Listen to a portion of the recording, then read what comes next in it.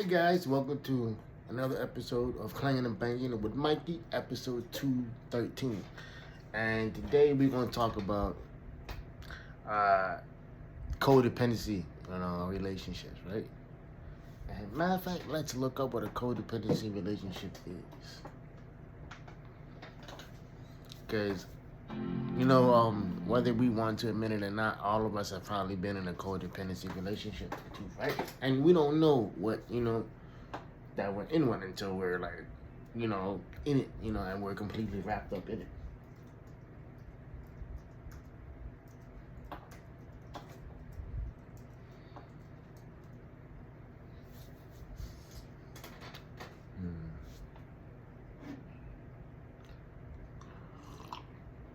And we're also going to talk about a plethora of different other things as well. Mostly me and my inability to, not necessarily trust people, but I trust actions more than I trust words. Words are important, you know. When somebody tells you that, you know, they're not talking to you for whatever reason, or whether they're not returning phone calls or text messages or whatever it is. And I get it. We all go through shit. We all feel triggered. We all feel hurt, and X, Y, and Z. But that doesn't mean that gives you the right to ice people out. And me myself is like I got to do a better job of that because I end up losing people that I care about simply because I can't. I don't. I don't know how to verbalize what I'm going through, and a lot of that has to stem from my upbringing. I didn't come from a family that, that didn't communicate healthy. I came from a family. Well, only time I saw them ever communicate was in arguments and when I got bad grades in school. You know what I mean? So it was like, and I never really saw what a healthy relationship looked like. And so when shit pops off and we're talking about certain things and it's like, I don't know how to communicate how I'm feeling because I've never been shown that it's a safe thing to do. And when people walk out of my life, I don't fight it. I just leave it be. Because it's like my thing is like when my cry for help went unheard, when it fell on deaf ears, it was never met with any type of action. And because my brother's death date is next week, Thursday, and I was looking at the calendar, and about last week or so, and I saw like, damn, it's like almost 2 weeks away. I don't know how I'm gonna deal with this, cause I really haven't, man. And that particular day during my lunch break, I usually go to my truck and I decompress, I do whatever, right? I broke down in my truck and I cried, man. I cried for like a good 5-6 minutes straight. I cried because my best friend, I'm about to cry right now. My best friend is not here. The dude who lived right next door is not here.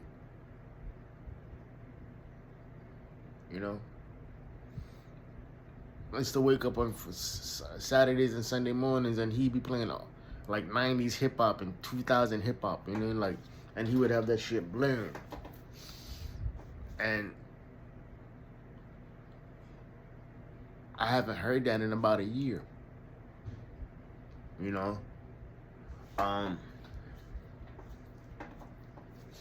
And so it's difficult for me to sit there and talk about my emotions, and I'm scared to do so. I'm scared because I don't know, how to talk about them. I don't know how to verbalize the pain that I got in my head, other than going to the booth and just letting this shit go. You know, which I did yesterday too, twice, 3 times if I had the energy for that shit last night. And ironically, well, not ironically, let's look up what a codependency relationship looks like, right? Pertaining to Google. This is what Google says.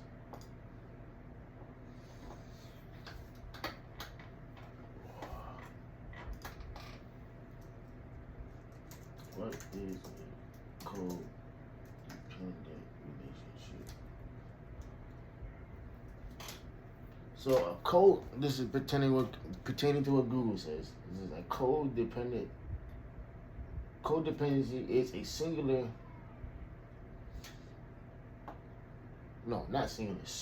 relationship which one person needs the other person who in turn needs to be needed. The codependent person, known as the giver, feels worthless unless they're needed by and or making sacrifices for the enabler, otherwise known as a taker. Yes. In this, I don't want to say current relationship that I'm in because I don't think I'm in it. But yeah, when two givers meet each other and they end up pouring into each other, and ironically, when you're going through something traumatic, and the other person was too, or still is, you end up pouring into each other. You do X, Y, and Z, and then you get close, and all this physical intimacy happens, and all this shit, right? Then you're like, damn, I wasn't expecting this to happen.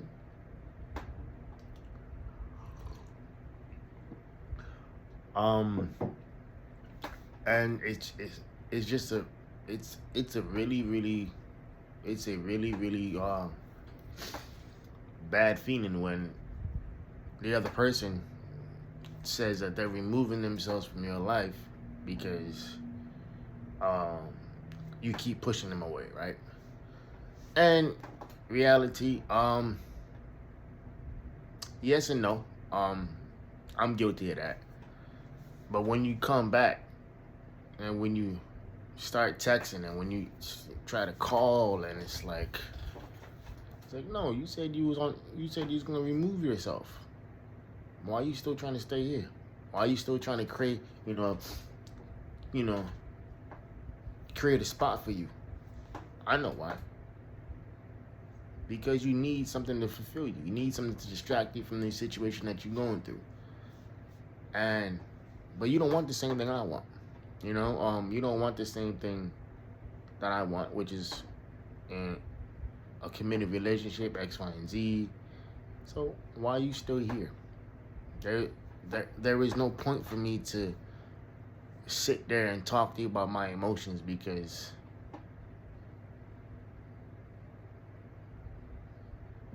these are the boundaries that you set. So why would I trust you with that? I didn't want to be just her friend. I wanted to be her best friend. I wanted to be her boyfriend. And eventually I just wanted to be her husband. That's the vibe I was on. And when you get scared for whatever reason, I get all that. But when somebody reaches out to you and tells you, I don't know how to handle all this shit. When somebody reaches out and tells you, I don't know how to articulate my emotions in a way, but I know I need help. And it's like, when you don't get that, when you don't get a response for a week, what's that tell you? There's nothing to talk about, man. You know what I mean? It's like, I think when you go through this shit and you understand, it's like, I was watching this video, this clip from last night from tonight's conversation, and the guy was talking about, he's dating this girl and everything, and the ex keeps popping up and yada, yada, yada, showing up the places, showing up the houses, all kinds of shit, right? And Trip is like, yo, stop. Remove yourself from that, man, because that's not your problem. What she's going through is not her problem. The fact that she's still talking to an ex like that the fact that he's still doing X, Y, and Z, because we don't know what other people are on. I know what I'm capable of. Everybody knows what they're capable of, but it's not until you meet a nigga that's you don't know what type of energy they on. That's why I don't play with folk, man. It's like I'll sit there and be cordial, be friendly with you, but I don't know what type of energy you on, dog. I don't. And at the end of the day, man, it's like you have to understand that what Trip said was very poignant. He's like, bro, that's not your problem. He's like, remove yourself from the situation. And I don't mean permanently. He's like, but remove yourself from the situation for the time being. Until she get that shit squared away, figured out, whatever it is. Because that is not your issue. And I think that's where codependency relationships develop. Because of that. Because you're going through something. Whether it's a crazy ex, whether it's a bad breakup, a bad divorce, all this shit, whether it's, you losing a loved one, that, like I did, like my brother, and you develop this codependency relationship, not realizing that you developed a codependency relationship, right? So when all that shit pops off, and you're like, damn, what do I do with this? And in reality, there's nothing you can do about it. There's nothing you can feel okay with not being okay. And I'm not saying that I'm removing myself permanently from a situation, because I'm not. I won't talk to that individual for the time being, and I'm gonna just do me, because you showed me that the guy that you say that you love or that you're in love with, when he needed you, you didn't show up. So what? Like, how is that supposed to make me feel? How is that supposed to make me feel that somebody that I'm trying to be vulnerable with, somebody that I'm trying to, break down these walls, my own walls, and be like, yo, baby, I'm not okay. Yes, I say I'm okay because I don't fucking know how to handle this shit.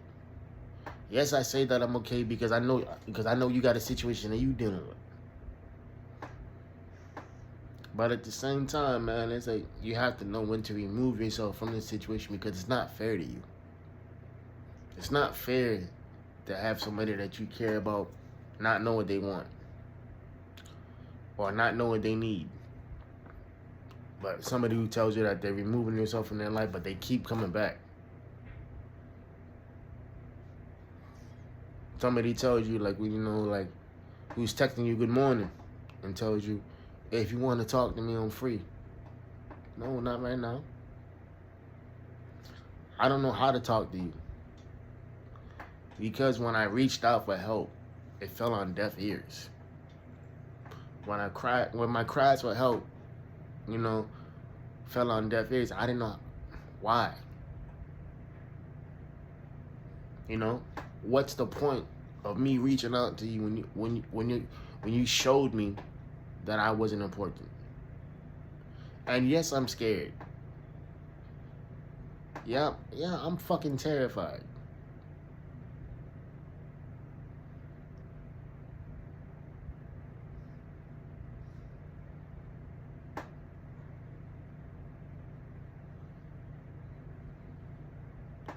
I'm terrified because I'm afraid that you're going to walk out my life and leave me vulnerable, damaged. And I got to pick up not that I want to pick up the pieces, but I have to fucking leave the pieces of me there.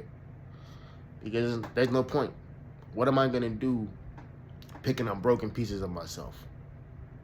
What am I going to do establishing a relationship with somebody who doesn't know what they want? Make it make sense, man. And this isn't a jab towards her or a shot towards her, because it's not. I think she's a wonderful, great person, and I I mean that from the bottom of my heart. I just think that when you're not ready for a situation and you end up in one and you wasn't expecting it to be one, and now you're left dealing with all these crazy emotions, these crazy thoughts, and sometimes they're chaotic, sometimes they're emotionally driven, and but when you make decisions based off emotions, and then you realize, oh fuck, I may really hurt dude. Oh fuck, like I'm gonna really walk out this man's life because he didn't say buying this, he didn't tell me buying a telephone call.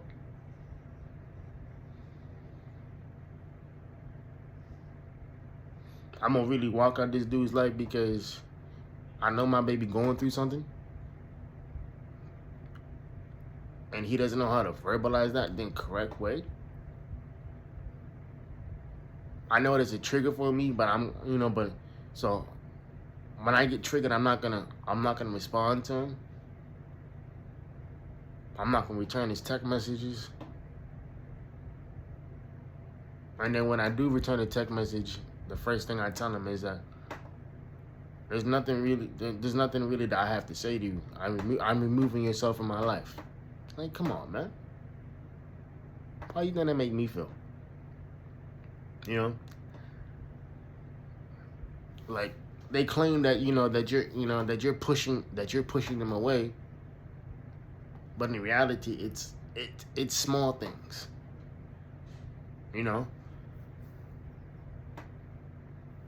And you gotta learn to give people grace, right? I don't push conversations. I don't push, communications. I just let things be.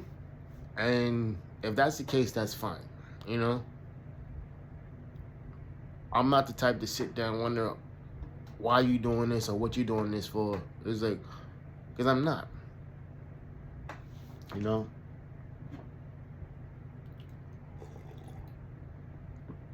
I'm not going to sit here and wonder why the situation is what it is. And no, I'm not that type of dude who's going to get another girl and to jump in my sheets and have me forget about this one. I mean, I could. It's not hard. And it's something that's not, that's not helpful either. Because all I'm doing is suppressing my emotions and potentially creating a bond with somebody that's not gonna last because I can't get over this last one. So, at the end of the day, yeah, it sucks. But you have to know your worth and you have to understand that it's okay. And while you're not okay, well, I don't want to say that I'm confused, because I'm not. Because I know what I want. I want her, in all capacities. And when you tell me that you can't be there in the capacity that I want you to be in, then there's no need for you to be here. And that's where I'm at, man, because I didn't realize I was in a codependency relationship till one of my homegirls told me that. And my homegirl told me something very poignant. She's like, yo, it's like she's selfish. She's selfish as fuck, because she may have y'all may have wanted the same thing in the beginning, which was a friendship, and then something else developed out of that. Then boom, you met with this. Oh, boom, like y'all talking on social media, y'all linking up, y'all chilling. Then your brother dies. Now she going through her situation, and you dealing with this. She reaching out, she checking on you. She coming by the crib and getting and buying you food for 3, 4, 5 days at a time. She making sure that you okay. Mind you, it's still not, it's still not. There's no labels thrown on this shit. It is what it is. And boom, Y'all end up jumping in the sheets. Y'all end up doing X, Y, and Z. Still no labels on this bitch, right? It was a codependency relationship, man, and neither one of us wanted to slow it down and actually look at it for what it is. And it's like, okay, great. No, it's not. It sucks because it's like at the end of the day, codependency relationships, they often thrive on how the other person feels about you.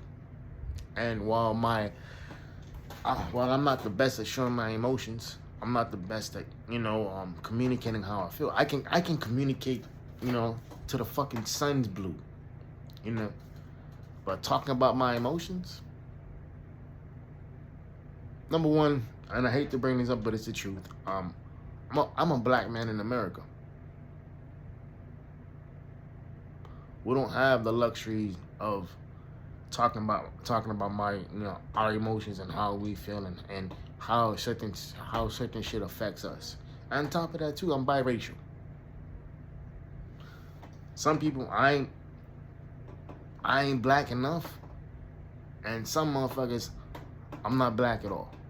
But I step out the house and the police look at me as he just a crippled nigga. That's what it is, man. And it's like the identity crisis with that. And then you throw in everything else, man. Cause I wasn't expecting to fall in love with this girl, and neither was she. Hell, if I remember correctly, yep. She told me I love you with you first.